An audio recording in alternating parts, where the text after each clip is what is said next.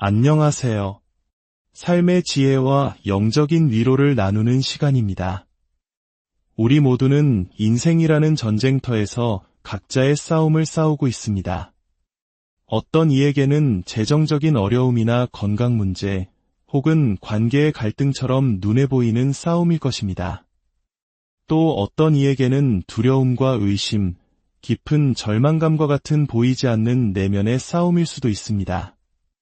어쩌면 지금 이 순간에도 거센 폭풍우 한가운데를 걸으며 과연 이 길의 끝이 있을까 막막해하는 분이 계실지 모릅니다.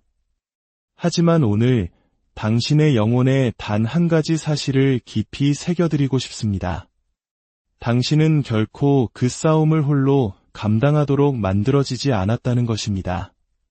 당신의 작은 신음에도 귀 기울이시고 당신의 모든 상황을 지켜보시며 당신의 가장 깊은 고통의 중심으로 기꺼이 들어오실 준비가 된 분이 계십니다. 바로 살아계신 하나님입니다. 홍해를 가르시고 사자의 입을 막으셨으며 죽은 자를 다시 살리신 전능하신 하나님께서 바로 오늘 당신을 위해 싸우고 계십니다. 본격적인 말씀에 앞서 잠시 여러분의 도움이 필요합니다. 위로와 희망의 메시지가 절망 속에 있는 더 많은 영혼에게 닿을 수 있도록 잠시 시간을 내어 구독과 좋아요를 눌러주시면 감사하겠습니다. 여러분의 작은 손길이 누군가에게는 큰 힘이 되고 하나님의 은혜가 흐르는 귀한 통로가 될 것입니다. 주님의 이름으로 여러분의 삶에 평안과 축복이 가득하기를 기도합니다.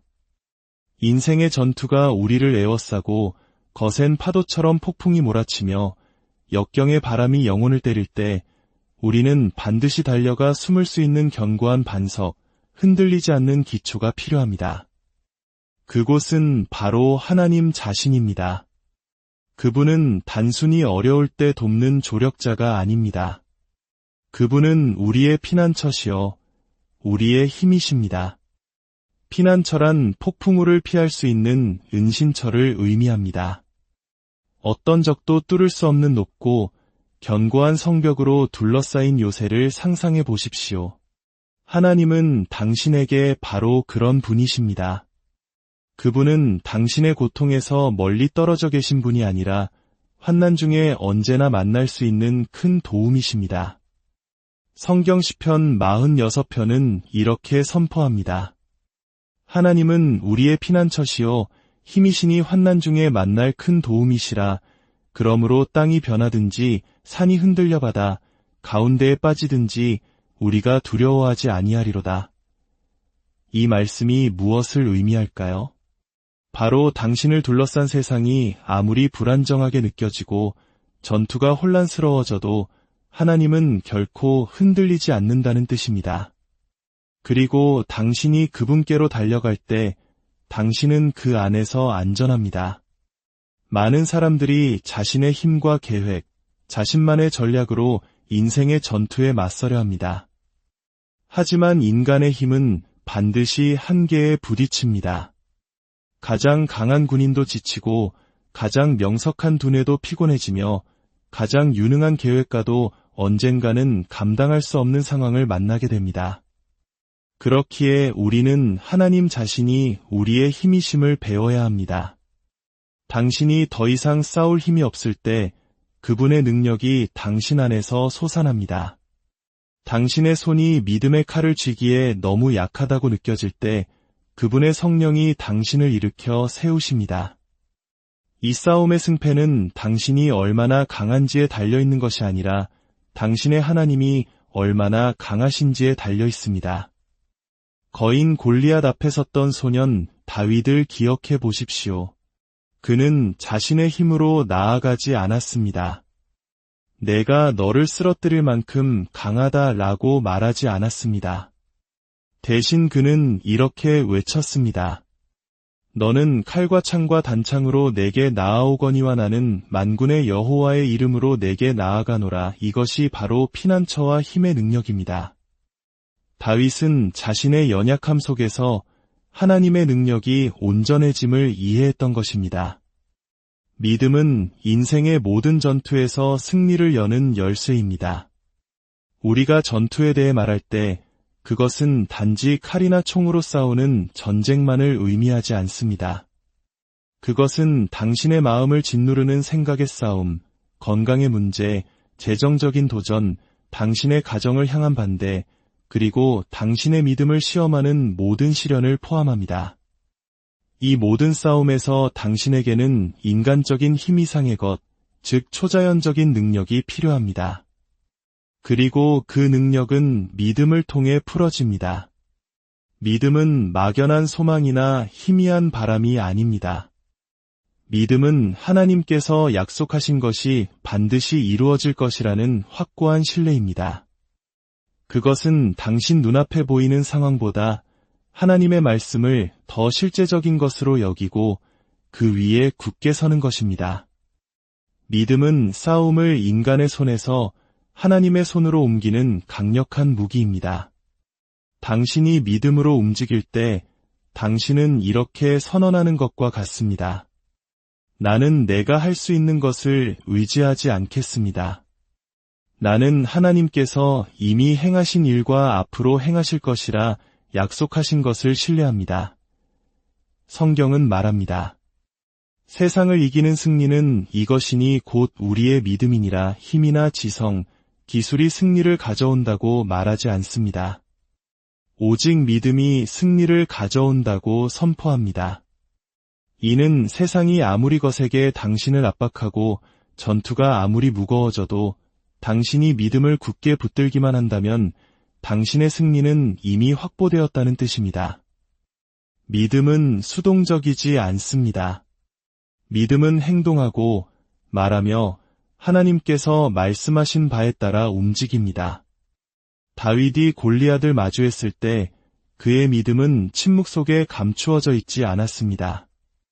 그는 여호와께서 너를 내 손에 넘기시리라고 선포했습니다.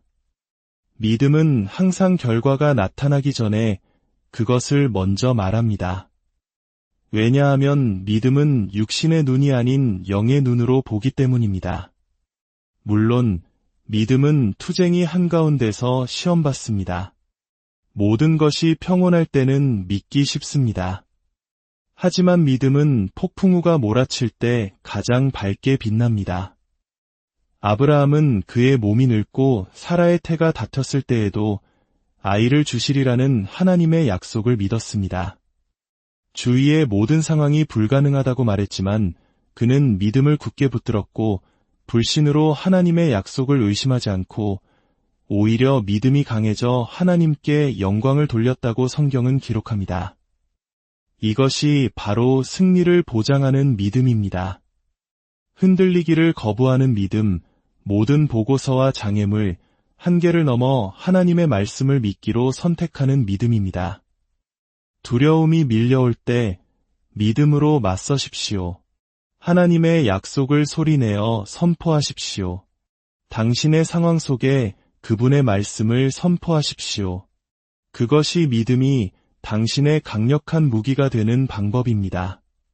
기도는 하나님께서 그의 자녀들에게 주신 가장 큰 특권 중 하나이며 우리가 인생의 전투에서 사용할 수 있는 가장 강력한 무기이기도 합니다.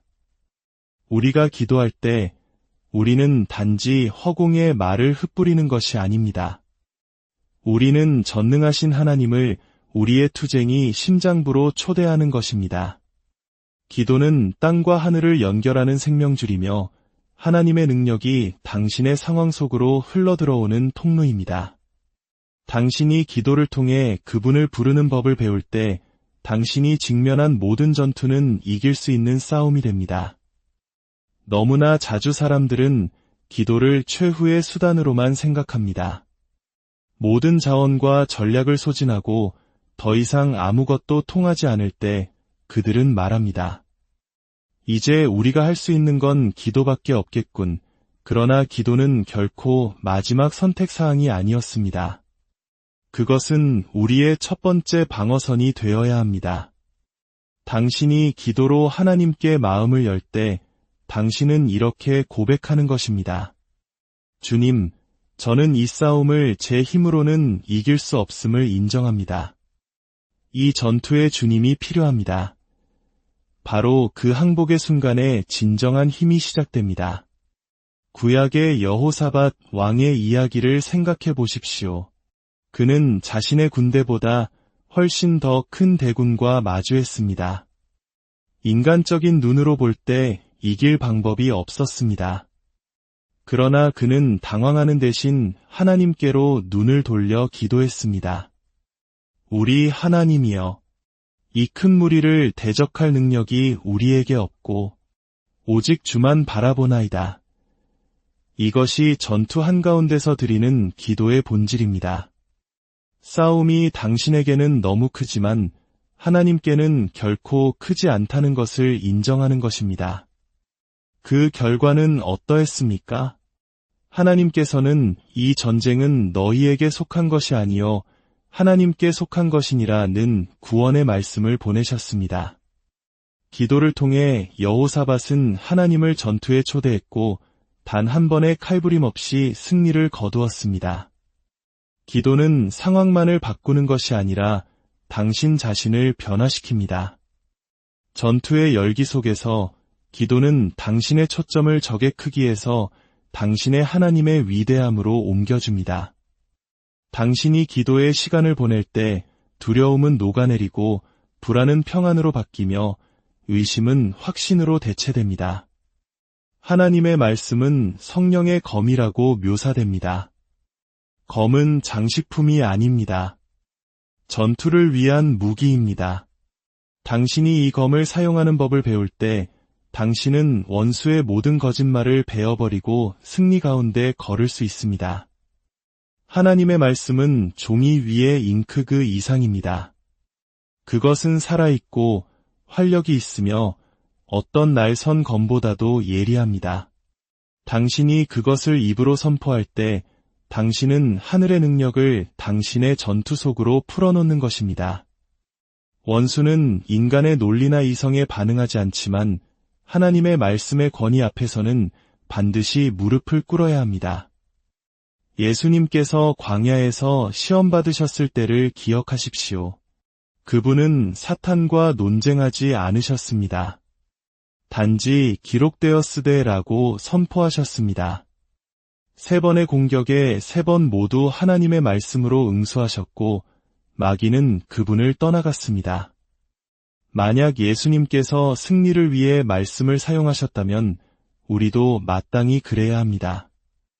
원수의 거짓말은 당신의 믿음을 약화시키기 위해 고안되었습니다. 그는 당신이 결코 치유받지 못할 것이며 자유로워지지 못할 것이고 결코 이겨내지 못할 것이라고 속삭입니다. 그러나 당신이 하나님의 말씀을 알 때 당신은 준비된 답변을 가지고 있습니다.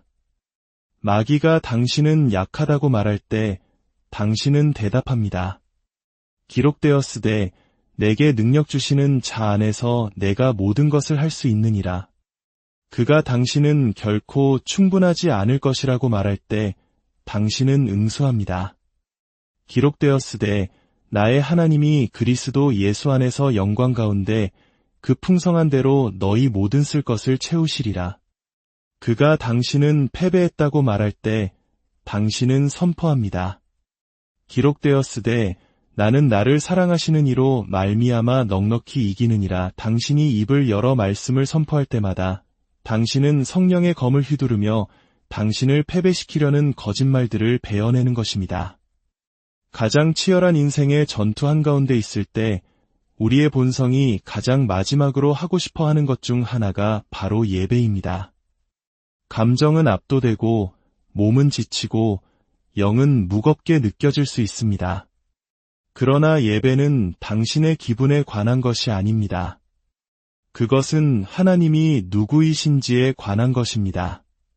그리고 당신이 폭풍우 속에서 예배하기로 선택할 때 초자연적인 일이 일어납니다. 예배는 전투를 돌파구로 바꿉니다. 예배는 단지 주일 교회에서 찬송을 부르는 것이 아닙니다. 예배는 강력한 무기입니다. 그것은 비록 내가 어려움에 둘러싸여 있을지라도 나는 더 위대하신 분께 내 눈을 들겠습니다. 라고 말하는 믿음의 선포입니다. 예배는 원수를 혼란스럽게 만듭니다. 사탄이 공격할 때 그는 당신이 불평하고 두려워하며 포기하기를 기대합니다.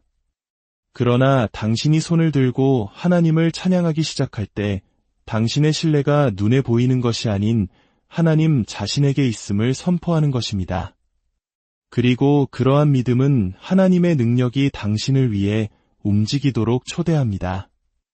여호사밧의 군대가 거대한 적군 앞에서 무기 대신 찬양대의 목소리를 앞세웠을 때 그들의 예배가 하나님의 기적적인 개입을 불러와 싸우지 않고 승리했던 것을 기억하십시오. 바울과 실라가 빌립보 감옥 깊은 곳에서 매맞고 착고에 채인 채 한밤중에 기도하고 하나님을 찬송했을 때 갑자기 큰 지진이 나서 옥문이 열리고 모든 사람의 매인 것이 다 벗어졌습니다. 돌파구는 예배 후에 온 것이 아니라 예배 때문에 온 것입니다.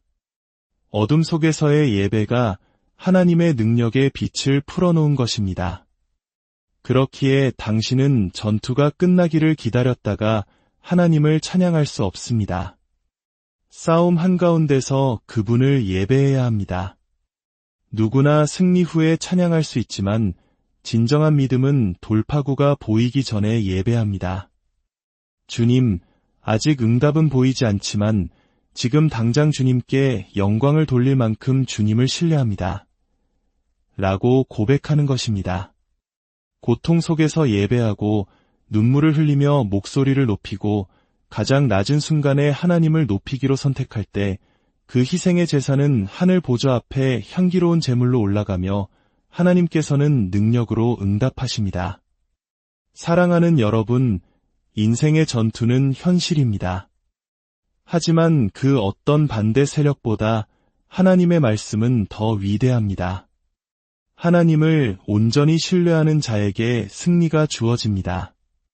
신뢰는 주님, 결과를 볼 수 없을지라도 주님께서 이미 저를 위해 승리를 확보하셨음을 믿습니다. 라고 고백하는 것입니다. 상황에 의해 흔들릴 수 없는 욥의 고백을 기억하십시오. 그가 나를 죽이시리니 내가 희망이 없노라. 그러나 그의 앞에서 내 행위를 아뢰리라. 다니엘의 세 친구가 풀무불 앞에서 외쳤던 담대한 신뢰를 기억하십시오. 왕이여, 우리가 섬기는 하나님이 계시다면 우리를 맹렬히 타는 풀무불 가운데에서 능히 건져내시겠고 왕의 손에서도 건져내시리이다. 그렇게 하지 아니하실지라도 왕이여, 우리가 왕의 신들을 섬기지도 아니하고 이것이 온전한 신뢰입니다. 하나님께서는 그들을 불에서 건져주셨을 뿐만 아니라 불 속에서 그들과 함께 걸으셨습니다. 당신이 그분을 신뢰할 때 당신은 결코 혼자가 아닙니다. 지금 전투를 마주하고 있다면 승리의 열쇠는 더 열심히 노력하거나 더 많이 걱정하는 데 있지 않습니다. 열쇠는 신뢰에 있습니다. 하나님을 온전히 신뢰하십시오. 당신의 마음과 미래, 가족과 건강, 재정과 꿈을 그분께 맡기십시오. 길이 명확할 때도 어두울 때도 그분을 신뢰하십시오.